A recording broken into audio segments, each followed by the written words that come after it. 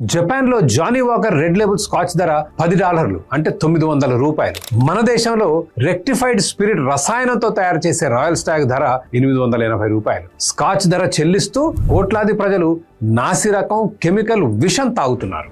Whisky, brandy, rum, జిన్ అన్నిట్లోనూ వాడేది ఒకటే కెమికల్, ఫిల్టర్డ్ రెక్టిఫైడ్ స్పిరిట్. దీన్నే ఎక్స్ట్రా న్యూట్రల్ ఆల్కహాల్ అంటారు. చెరుకు వ్యర్థం, తడిసిన బియ్యం, నూక, నాసిరకం మొక్కజొన్నతో ఈఎన్ఏ తయారు చేస్తారు. తెలుగు రాష్ట్రాలలో ఈఎన్ఏ ఉత్పత్తి చేసే ఫ్యాక్టరీలు ఒక 20 వరకు ఉంటాయి. వీటి లైసెన్స్లు రాజకీయ నాయకులు, వాళ్ళ బినామీల చేతుల్లో ఉంటాయి. మద్యం కంపెనీలు ఫిల్టర్డ్ రెక్టిఫైడ్ స్పిరిట్ ని లీటర్ $70 కొని సగం నీళ్లు కలుపుతారు. రుచికి, వాసనకి కొన్ని కెమికల్స్ కలుపుతారు. అంతే, లీటర్ ఈఎన్ఏతో 3 full bottle whisky, brandy, rum, gin వంటి మద్యం రెడీ. స్కాచ్ విస్కీ తయారు చేయడానికి 5 నుంచి 20 సంవత్సరాలు పడితే మన కెమికల్ మద్యం ముచ్చటగా 10 రోజుల్లో రెడీ.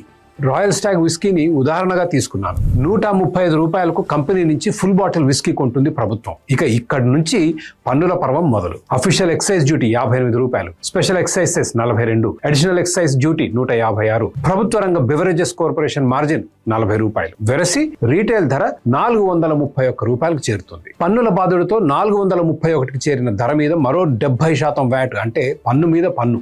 దీంతో రాయల్ స్టాగ్ ధర $732 అవుతుంది. దీనికి రీటైల్ వైన్ షాప్ మార్జిన్ 20%, అంటే మరో $146. ప్రతి బాటిల్ మీద వైన్ షాప్ కి $146 లాభం అని ఆశ్చర్యపోకండి. వైన్ షాప్ దక్కాలంటే 50 నుంచి 100 లాటరీ అప్లికేషన్ల మీద $1 కోటి నుంచి $2 కోట్లు ఖర్చు చేయాలి. ఒకవేళ లాటరీ గెలిస్తే ఇంకొక $1.5 కోటి లైసెన్స్ కోసం కట్టాలి. $880 ఫుల్ బాటిల్ మీద వైన్ షాప్ యజమానికి అన్ని ఖర్చులు పోను $30-40 మిగిలితే మహాభాగ్యం. అట్లాగే రాయల్ స్టాగ్ తయారు చేసిన కంపెనీకి $20-30 మిగిలితే గొప్ప. మరి మన ప్రభుత్వాలకి ఎంత మిగిలింది? దాదాపు $700. తెలుగు రాష్ట్రాలలో అటు ఇటుగా 1.5 కోటి మంది మద్యం సేవిస్తారు. ఒక్కొక్క వ్యక్తి మద్యం మీద సగటున సంవత్సరానికి $40,000 వరకు ఖర్చు చేస్తున్నారు. తాగే ప్రతి వ్యక్తి నుంచి ప్రభుత్వం సగటున $30,000 మించి పన్ను సంపాదిస్తుంది. తెలుగు రాష్ట్ర ప్రభుత్వాల మద్యం ఆదాయం దాదాపు $70,000 కోట్ల.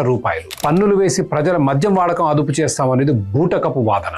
ఏ ధర పెట్టినా ప్రజలు తాగుతారని తెలిసి ప్రజల బలహీనతను ఆసరాగా తీసుకొని స్కాచ్ విస్కీ ధరకు నాసిరకం కెమికల్ మద్యం అమ్ముతోంది ప్రభుత్వం. ప్రజల ఆరోగ్యంతో చెలగాటమాడుతుంది. మద్యానికి బానిసలైన వాళ్ళ కోసం ఎన్నో స్వచ్ఛంద మార్గాలున్నాయి. ప్రొఫెషనల్ కౌన్సిలింగ్, రిహాబిలిటేషన్ సెంటర్స్, కుటుంబం, స్నేహితుల జోక్యం వంటివి పరిష్కారాలు. కానీ పన్నులతో బీద ప్రజలను దోచుకోవడం కాదు. మద్యాన్ని ప్రభుత్వ ఉక్కు పిడికిల నుంచి బయటపడేయాలి. మద్యం కంపెనీలకు లైసెన్స్ రాజ్ నుంచి విముక్తినివ్వాలి.